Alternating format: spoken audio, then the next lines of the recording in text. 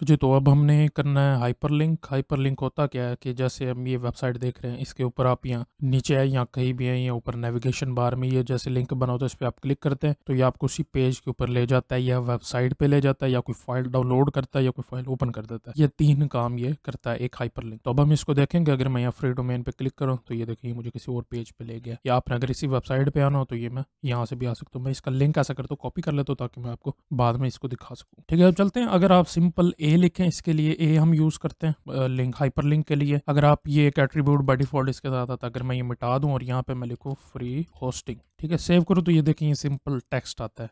लेकिन अगर मैं इसके ऊपर href ऐड कर दूं इसके साथ एट्रीब्यूट तो ये लिंक बन जाता है। मैं इस पर क्लिक कर सकता हूँ। इस पर मैं क्लिक करता हूँ तो मुझे इसी पेज पे लिखा था क्योंकि मैंने href में कुछ नहीं लिखा हुआ। अब जो मैंने लिंक कॉपी किया था, अब मैंने उस वेबसाइट पे जाना है तो वो मैं यहाँ पे पेस्ट कर दूंगा। मैंने लिंक पेस्ट कर दिया तो मैं रिफ्रेश करता हूँ और अगर मैं इस पर क्लिक करूँ तो ये देखिए मुझे उसे फ्री डोमेन वाली वेबसाइट के ऊपर लेके आ गई। तो इस तरीके से करके आप किसी भी अगर वेबसाइट पे जाना चाहते हैं तो वो आप यूज़ करेंगे। हाँ, अगर मैं ये HTTPS और www मिटा के लिखूँ, सेव करूँ, पे क्लिक करूंगा तो ये लिंक नहीं बनेगा। ये कहेगा कि कोई एरर यहाँ पे दे देगा, कैन नॉट गेट। ज़्यादा अच्छा ये है कि आप इसके साथ HTTP या www डॉट भी लिखा करें। अगर मैं इसके साथ HTTP सिर्फ लिखता हूँ, क्लिक करूँ, तब भी ये काम नहीं करेगा। इसका मतलब है कि आपने साथ HTTP भी इसके लिखना है।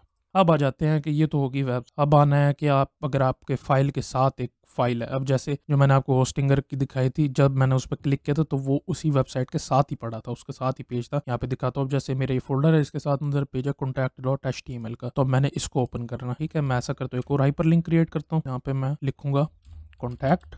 ठीक है, ये कॉन्टैक्ट आ गया। अब इस पर मैंने जाना तो मैं सिंपल इसका नाम लिख दूंगा contact.html।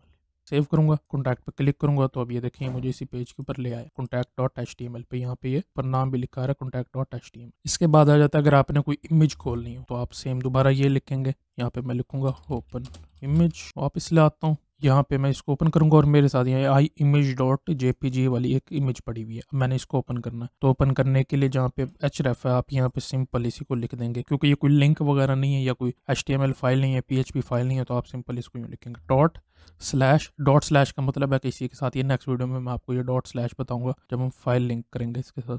ठीक है, डॉट स्लैश लगाएंगे तो अब ये चेक करेगा कि हमारे साथ इस वाले के साथ index.html ही हमने फाइल खोली हुई है, तो इसके साथ और कौन सी फाइल है, तो हमारी इमेज वाली है, तो मैं इस पर इमेज को सेव कर दूंगा। अब जब मैं इस पर क्लिक करूंगा तो ये इमेज ओपन कर दिया करेगा। ये हो गया। अब इसके साथ आप PDF भी कर सकते हैं, JPG भी करते हैं। PDF वाली फाइल ओपन करनी है तो आप यहाँ पे लिख सकते हैं। अब मिसाल के तौर पे अगर मैंने ये डाउनलोड करनी है ये वाली इमेज, तो मैं यहाँ पे आके लिखूंगा डाउनलोड। इसके साथ आपने याद रखना इज इक्वल टू और ये double quotes in the Naseem आप ये लिख दें डाउनलोड। अब मैं इसके ऊपर क्लिक करूंगा, ये दोबारा सेव कर दूंगा एक दफ़ा, इसको क्लिक करेंगे, वो देखो इसने इमेज डाउनलोड करके मैं दे दिया। ये तो हो गया इमेज डाउनलोड का। अब मैं इसको रहने देता हूँ यहाँ। अब मैंने जो contact.html है ये वाली वेबसाइट है, इसको मैंने किसी और टैब के अंदर ओपन करना है। तो किसी और टैब के अंदर ओपन करने के लिए आप लिखते हैं टारगेट का एट्रीब्यूट यहाँ लिखते हैं ब्लैंक।